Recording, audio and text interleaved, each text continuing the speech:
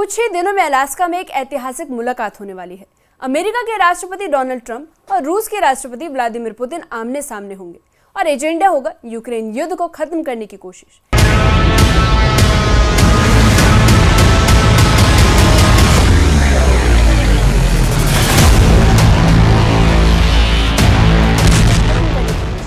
ये वही जंग है जो 3 साल से ज्यादा समय से यूरोप को हिला कर रख रखी है, लाखों लोगों को विस्थापित कर चुकी है और हजारों जानें ले चुकी है। ट्रंप का कहना है कि इस मीटिंग में टेरिटरी स्वैप यानी कुछ इलाकों की अदला बदली पर बात होगी। हालांकि डिटेल्स फिलहाल राज है। दिलचस्प बात यह है कि यह मुलाकात अमेरिका की जमीन पर हो रही है, न कि किसी तीसरे देश में, जिससे पुतिन को डिप्लोमेटिक लेजिटिमेसी का संकेत भी मिलेगा। लेकिन अब सवाल यह है कि क्या ये मीटिंग वाकई शांति की राह खोलेगी या फिर ये सिर्फ एक राजनीतिक चाल होगी। आइए आसान भाषा में समझते हैं पूरा मामला। न्यूज़ 18 के सोशल मीडिया प्लेटफॉर्म पर आपका स्वागत है। मैं आपके साथ साइमा परवीन। अब बात कर लेते हैं इस मीटिंग के बारे में। तो इस मीटिंग की जानकारी से पहले ये भी जान लेते हैं कि मामला क्या है। यूक्रेन युद्ध 2022 में रूस के आक्रमण से शुरू हुआ, लेकिन इसकी जड़ें साल 2014 के क्रीमिया के कब्जे से जुड़ी हैं। रूस ने दावा किया कि वो अपने ऐतिहासिक क्षेत्रों को वापस ले रहा है, जबकि पश्चिमी देश और यूक्रेन इसे आक्रमण मानते हैं। 3 साल से जारी संघर्ष में लाखों लोग विस्थापित हुए, इकोनॉमी डगमगा गई और यूरोप की सुरक्षा व्यवस्था पर गहरा असर पड़ा। इस बीच कई शांति प्रयास हुए, लेकिन कोई टिकाऊ समाधान नहीं निकल सका। अब ट्रंप और पुतिन की बैठक को इस जंग में एक बड़ा मोड़ माना जा रहा है।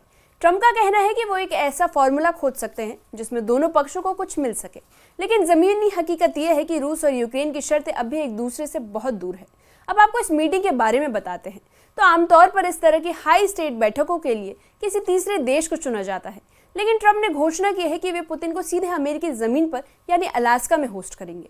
आपको बता दें कि फैसला रूप से बड़ा है, क्योंकि ये पुतिन को इस तरह की डिप्लोमेटिक एक्सेप्टेंस देता है, जबकि पश्चिमी देश पहले 3 साल से उन्हें अलग थलग करने की कोशिश में जुटे थे। अलास्का को लोकेशन के रूप में चुनने के पीछे सुरक्षा और तटस्थता दोनों कारण हो सकते हैं। भौगोलिक रूप से ये रूस अमेरिका के बीच का सबसे नजदीकी बिंदु है, लेकिन इस कदम ने यूरोप में चिंता बढ़ा दी है, खासकर यूक्रेन समर्थक देशों में, जिन्हें डर है कि कहीं इस प्रक्रिया में यूक्रेन को किनारे न कर दिया जाए। इसके बाद बताते हैं कि ट्रंप ने क्या कहा। तो ट्रंप ने कहा है कि संभावित शांति समझौते में स्वैपिंग ऑफ टेरिटरीज की बात हो सकती है। तो पहले टेरिटरी स्वैपिंग का मतलब समझ लेते हैं। आसान भाषा में इसका मतलब है कि रूस और यूक्रेन कुछ इलाकों की अदला बदली कर सकते हैं। विश्लेषकों के मुताबिक रूस शायद 4 विवाद क्षेत्रों के बाहर कुछ कब्जा छोड़े, जबकि यूक्रेन अन्य जगह के नियंत्रण को स्वीकार कर सकता है। यह आइडिया नया नहीं है, लेकिन बेहद विवादास्पद है। यूक्रेन में कई लोग मानते हैं कि उनकी संप्रभुता यानी सॉवरेनिटी पर चोट होगी। वहीं रूस के कट्टर समर्थक, उनके सपोर्टर्स मानते हैं कि पुतिन को और ज्यादा नियंत्रण यानी कंट्रोल चाहिए। अब असली सवाल यह है कि क्या दोनों पक्ष इस लेने और देने वाले फॉर्मूले को मानेंगे या ये सिर्फ चर्चा की एक शुरुआत होगी। आपको बता दें कि यूक्रेन इस समय 2 मोर्चे पर जूझ रहा है। पहला है रूस की सैन्य बढ़त और दूसरा अपने ही संसाधन यानी सोर्सेज की कमी। फ्रंट लाइन पर करीब 1000 किलोमीटर लंबा युद्ध क्षेत्र है, जहां हर रोज तीखी लड़ाई होती है। यूक्रेन सेना के पास मानव संसाधन यानी ह्यूमन रिसोर्स की कमी है और पश्चिमी मदद पर भारी निर्भरता है।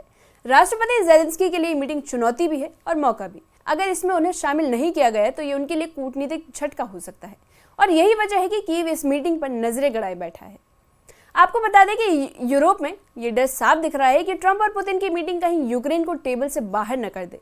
नेटो के कई सदस्य देशों का मानना है कि अगर अमेरिका सीधा रूस से समझौता कर लेता है तो वो यूरोपीय सुरक्षा के लिए बड़ा झटका होगा। ये भी आशंका है कि टेरिटरी स्वैप मॉडल से रूस को वैधता मिल सकती है और इससे भविष्य में और देशों पर हमले का खतरा बढ़ेगा। जर्मनी, पोलैंड और बाल्टिक देश पहले से ही चेतावनी दे चुके हैं कि यूक्रेन को बाईपास करना खतरनाक होगा। ऐसे में मीटिंग सिर्फ अमेरिका और रूस की नहीं, बल्कि पूरे यूरोप की भू राजनीतिक संतुलन को प्रभावित कर सकती है। पुतिन पिछले कुछ हफ्तों में चीन, भारत और अपने कई करीबी देशों से लगातार संपर्क कर रहे हैं। उन्होंने चीन के राष्ट्रपति शी जिनपिंग से यूक्रेन संकट पर लंबी चर्चा की, भारत के प्रधानमंत्री नरेंद्र मोदी से बात की और बेलारूस, उज्बेकिस्तान, कजाकिस्तान के नेताओं को भी अपडेट दिया। अब आपको बता दें कि विश्लेषकों का कहना है कि संकेत हो सकता है कि पुतिन किसी संभावित डील के लिए अपने सहयोगियों को पहले से भरोसे में ले रहे हैं। साथ ही आपको पुतिन का मकसद भी बता देते हैं। तो उनका मकसद है कि वे दिखाएं कि रूस अकेला नहीं है, बल्कि पश्चिम का दबाव उन्हें तोड़ भी नहीं सकता। अब आपको ये भी बता दें कि ट्रंप ने बार बार कहा कि वे डील मेकर हैं और उनके पास युद्ध खत्म करने का फॉर्मूला है। उनका मानना है कि पुतिन और ज़ेलेंस्की दोनों शांति चाहते हैं, लेकिन उन्हें सही सौदे की जरूरत है। हालांकि ट्रंप ने यह भी साफ किया कि पहले वे पुतिन से मिलेंगे, फिर ज़ेलेंस्की से मिलेंगे। ये क्रम यूक्रेन समर्थकों के लिए चिंता का विषय है। ट्रंप ने यह भी चेतावनी दी कि अगर रूस ने बमबारी नहीं रोकी तो वो और सख्त आर्थिक कदम उठाएंगे, जिनमें रूस के तेल खरीदने वाले देशों पर सेकेंडरी टैरिफ भी शामिल है। लेकिन जानने वाली बात यह है कि फ्रंट लाइन पर हालत बेहद कठिन है। आपको बता दें कि सुमी में यूक्रेन रूसी सैनिकों को रोकने में जुटा है ताकि वो डोनेट्स को और मजबूती न दे। इसी बीच एक बयान भी आया कि जो दिखाता है कि जंग भले ही लंबी हो, लेकिन यूक्रेनी सेना का मनोबल अब भी ऊंचा है।